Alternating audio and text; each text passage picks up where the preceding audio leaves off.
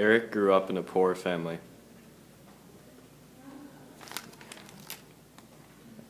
His father was a bookbinder. His mother was frail but attractive. Eric attended school at a young age. He often clashed with authority. Eddie, no. You do not do this. This is not good.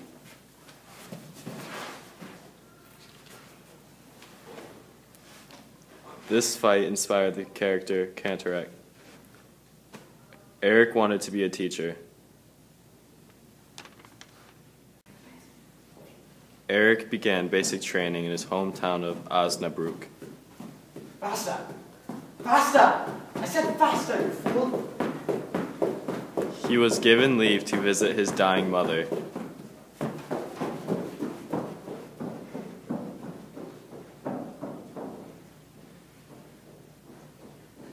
Perfect.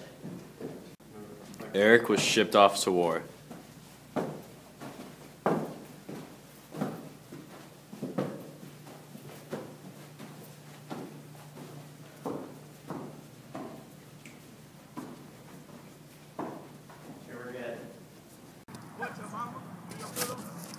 His first battle was the Battle of Third Yarps. Germans lost around 600,000 forces.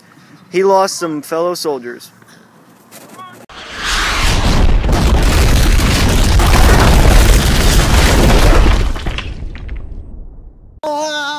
He was injured at Dinmux and was sent to Duisburg Hospital for the rest of the war.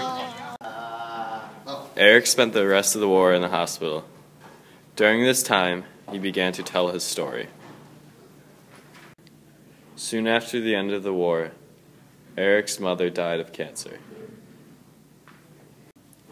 In 1919, he decided to become a teacher, as he always wanted to. After deciding to quit being a teacher, he worked a series of odd jobs, one of which was an organist in an insane asylum. Another job he worked was a gravestone seller. In 1927, he wrote All Quiet on the Western Front. However, he could not find a publisher until 1929.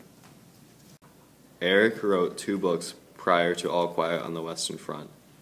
However, the Dream Room and Station at the Horizon were both of lesser quality than what he desired, and he often tried to deny having written them at all. In 1925, he was married for the first time. However, in the early 1930s, he decided to divorce her. Later, he remarried her, probably to prevent her from having to live in Hitler's Germany. After finishing the road back in 1931, he fled Germany to Porto Ronco, Switzerland. After moving from Porto Ronco, he decided to live in France until 1939, when he left for America. His pacifist ways eventually made him many enemies, such as the Germans and the Russians.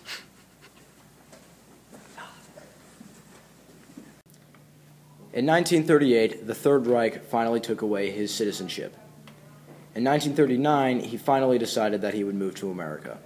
When he got there, he lived in Hollywood, and eventually, in 1942, he moved to New York, where he maintained a residence for the rest of his life.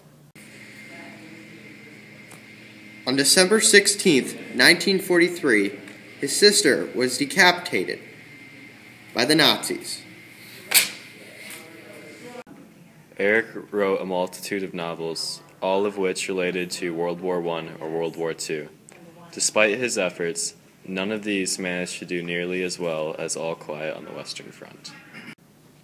In 1970, after a series of heart attacks, he died on September 25th. Rosebud.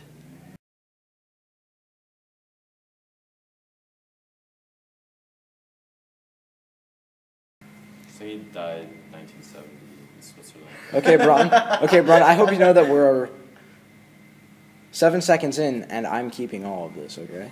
We're gonna leave it to Daniel to cut it out. You know what, Daniel? I hope you enjoy this. I hope you put it at the end as a blooper reel. Wait, Daniel's the one putting the video together? Of course, Daniel's the one putting it. None of us have the ability to. Yeah. So you realize we're sending this to Daniel. You know what? Make a new clip.